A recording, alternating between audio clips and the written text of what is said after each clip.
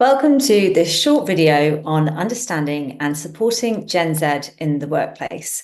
My name is Carrie Swift, and I'm the CEO and founder of a training company called Fearless. And what we do is help people to communicate with confidence at work so that they can advance their careers and grow the businesses they work for. And we have over 50 courses on the topic of confident communication, including courses on presentation skills, influencing skills, leadership skills, and of course, the topic of how to manage Gen Z. So, Gen Z, born in 1996 up to 2012, currently make up about 30% of the workforce. And obviously, that percentage is growing every day. You're probably already very familiar with how older generations view Gen Z. They think that they're entitled, they're overly emotional, they lack resilience, and they have a poor work ethic. And is this true or not? Well, it certainly is true that they are different.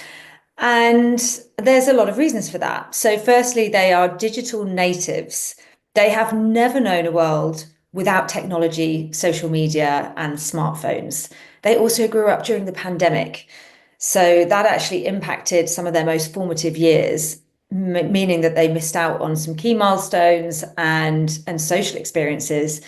And they've grown up in the climate crisis, which is a huge issue for them, being the generation that's going to have to bear the brunt of it more than the rest of us. So, yes, they are understandably different, just as we would be if we'd have had those same life experiences. But their differences also bring some really unique strengths that we can tap into. And ultimately, it's worth remembering that it is always employers and businesses that have to adapt to the new generation coming through rather than the other way around, because of course the new generation end up making up the largest part of the workforce. So the smartest companies will actually use this as an opportunity to evolve and improve rather than resisting change. So how do we get the best out of Gen Z? What is important to them? Well, transparency and authenticity is extremely important to Gen Z because they grew up with a lot of inauthenticity in social media, and they have a really good sense for when people are being inauthentic. They've also read a lot of negative news about businesses and business leaders on the internet. And so they start work with quite a lack of trust in business leaders. So, how can you build their trust? How can you be transparent?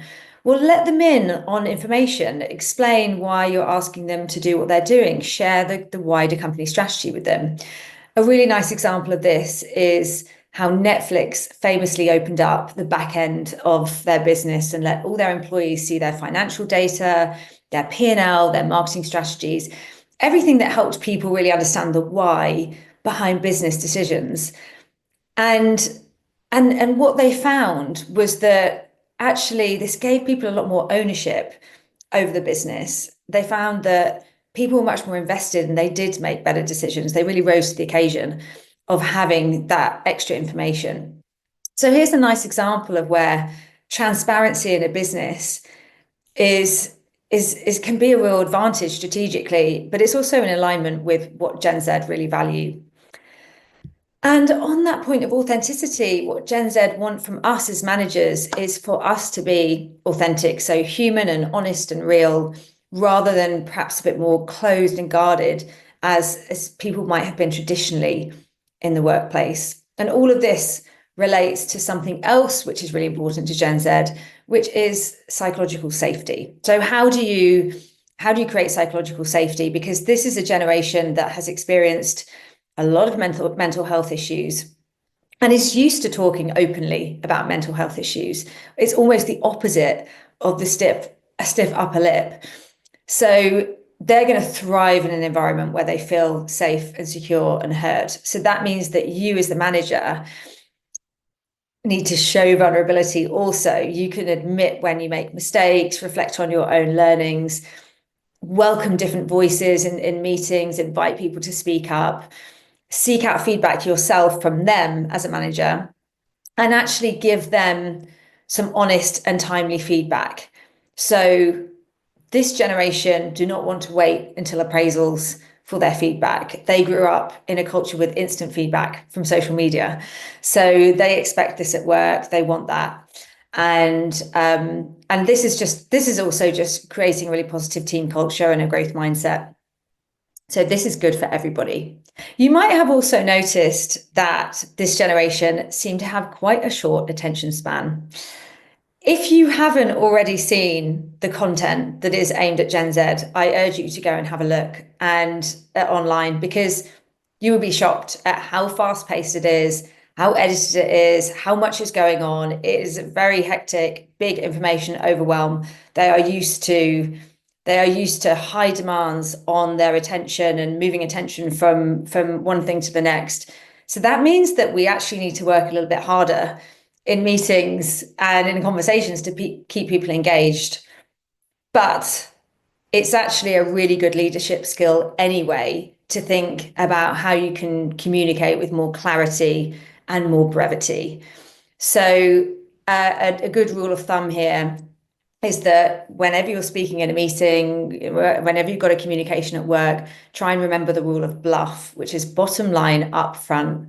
Start with your point and then explain and give the background, rather than explaining and giving the background and then landing on your point. This is much more engaging for people, and this is much more clear communication. And finally, something that is really important to this generation is purpose and mission. There's much more of a trend towards people wanting jobs that really mean something more than jobs that pay well. So how can you link their work to values and purpose? How can you make them feel connected to the wider company mission? So to give you an example of how we do this at Fearless, we will say in our team meetings, we'll go around the table and say, what has everybody done that's fearless this week? Because we want to make sure that we're living our company values of being courageous and valuing progress over perfection. So there's one example. Another example is Stripe. So Stripe, the fintech company, they will use the term stripey in their day-to-day language when they're talking about whether people adhere to the company values. So how stripey are we in meetings based on the operating principles and what we value as a company? This is the day-to-day language of them living their values. And it makes people feel that they are part of something, part of a tribe, and their values led.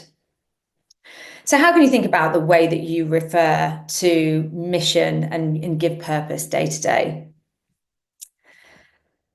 So those are the things that are important to Gen Z. And how can you embrace their strengths?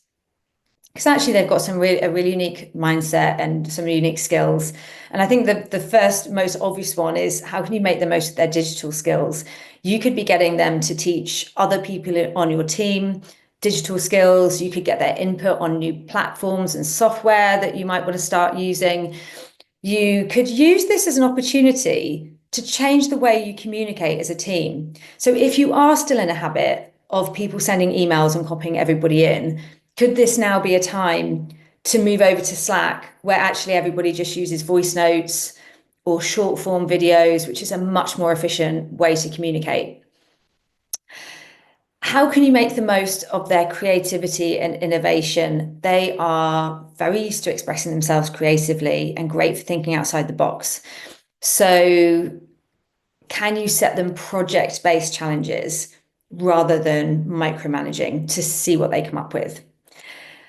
How can you make the most of their commitment to sustainability? You could think about how to let them lead on sustainability initiatives.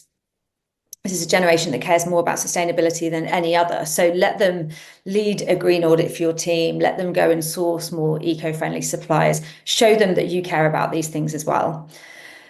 And finally, they're champions of inclusivity. They have been exposed to a lot of different voices on social media, which means that they tend to show a lot of empathy and genuinely care about diversity, equality, and inclusion, which has so many benefits, of course, not just ethically and culturally, but strategically, because, of course, diverse teams perform better. So how can you let them lead the culture on that? and really make the most of the fact that this generation are excellent team players and the kind of people who really make the rest of your team want to stick around. So as you can see, there's lots to be gained from Gen Z joining the workforce. They bring some really unique skills and they're a real force for good. And I love this quote from Erica Keswin, who says, Gen Z isn't changing the workplace. They're reminding us what work should have been all along: inclusive, meaningful, and human. So I hope that gives you some food for thought on how to approach working with Gen Z. And if you'd like some more tips, then you can head on over to www.fearless.online to read our blog. Thanks for watching.